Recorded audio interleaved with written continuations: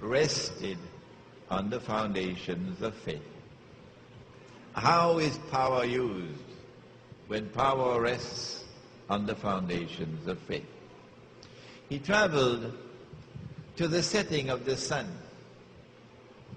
to the west, because the sun normally rises in the east. Even in Mali, is it? In the east, yeah. And he traveled to a place where there was water, a large body of water. You can't go beyond that. And the water was described. And our early Mufassirun were able to recognize that it was the Black Sea. It was dark, murky-colored water, the Black Sea. And so you're traveling along the Caucasus Mountains. In this book, I have actually showed photographs of that area which is traveled. And there he came across a people, and Allah says, well, how will you use power with these people? And he responded and he said, those who commit acts of wickedness, of oppression, of dhulm, I will punish them. And when they return to you, you will also punish them. And so power is used to punish the oppressor. Did you hear that? And when power is used to punish the oppressor, there will be harmony between the world here and the world above. And then he said, I will reward those who have faith and who are righteous in conduct. Treat them nicely. And so when power rests on the foundations of faith, power will promote the way of life of the true, one true religion. Power will promote and preserve the righteous way of life, the way of life of piety. What a world it could have been. And then he traveled in the opposite direction, in the direction of the rising of the sun. And since he travels to the end, it follows that he must also have traveled to a body of water beyond which he could not go. It's the two ends of the earth. And we've identified that. I don't have the time to provide all the evidence, but in this book we recognize it as the Caspian Sea. On this side is the Black Sea, on that side is the Caspian Sea, and between them two is the Caucasus Mountains. Caucasus, Caucasian, white Caucasian. Why are they all called white Caucasian? And they have no links with the Caucasus. Caucasus, Caucasian. And over here he came across a people for whom we had provided no sitter min duniha, other than the natural sitter. A people living an essentially primitive way of life, with no protection from the elements, other than that which is normal and natural for primitive people. When you come to such a people, and you have power, and your power rests on the foundations of faith, how do you relate with them? Number one, Zulkarnain had the compassion, the wisdom, the common sense to allow them to live unmolested, undisturbed, their primitive way of life. He didn't take their land from them at gunpoint and then reduce them to people living on reservations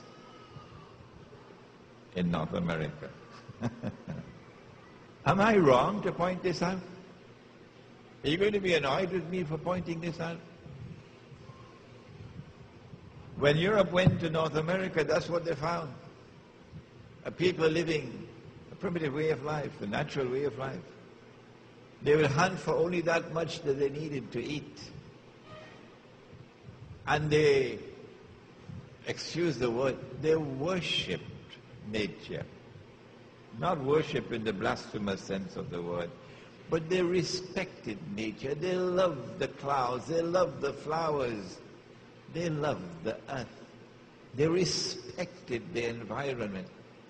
For them it was blasphemous to corrupt the river and to pour raw sewage or treated sewage into a river or to the coastal waters. These people who didn't have PhDs from Harvard and Yale would look in horror. Are these human beings or are these beasts with their cell phones and their internet and their flying donkeys? I'm not impressed by all of that scientific and technological advancement. It doesn't impress me if you're taking sewage and pouring it into a river. You're not a human being. Can't you respect the earth? And so Zulkarnain had the compassion, the good sense, the wisdom to protect their way of life and leave them undisturbed. But more than that, suppose these people are sitting on oil in Brazil, and there's so much oil in the Caspian. Are you going to drive them off the land so you can exploit the oil? They're doing that every day. Every day. When power rests on the foundations of faith, then the rights of a human being supersede your rights to the economic resources of the land in which they live. Their rights come first. The human being comes first. And the oil on which he sits is not as important as his right as a human being. كَذَلِكَ وَقَدْ أَحَطْنَا بِمَا لَدَيْهِ خُبْرًا. Allah says, He left them as they were. And we understood how He responded. The language of the Quran is agonizingly brief. I can't find any other word to use. كَذَلِكَ وَقَدْ أَحَطْنَا بِمَا لَدَيْهِ خُبْرًا. Agonizingly brief. And then he traveled in the third direction, but the rabbis had only spoken about two ends of the earth.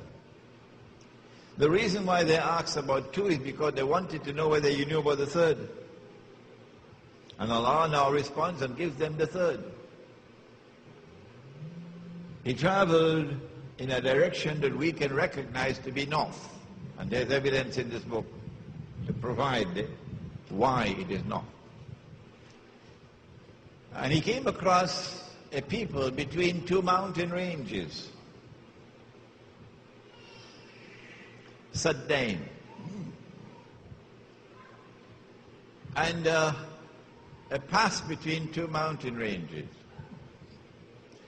And there was a unique characteristic of this people by which you could identify them 5,000 years later. They spoke a language that was unique. It was a language unrelated to all the linguistic families around them. It was not Indo-Aryan.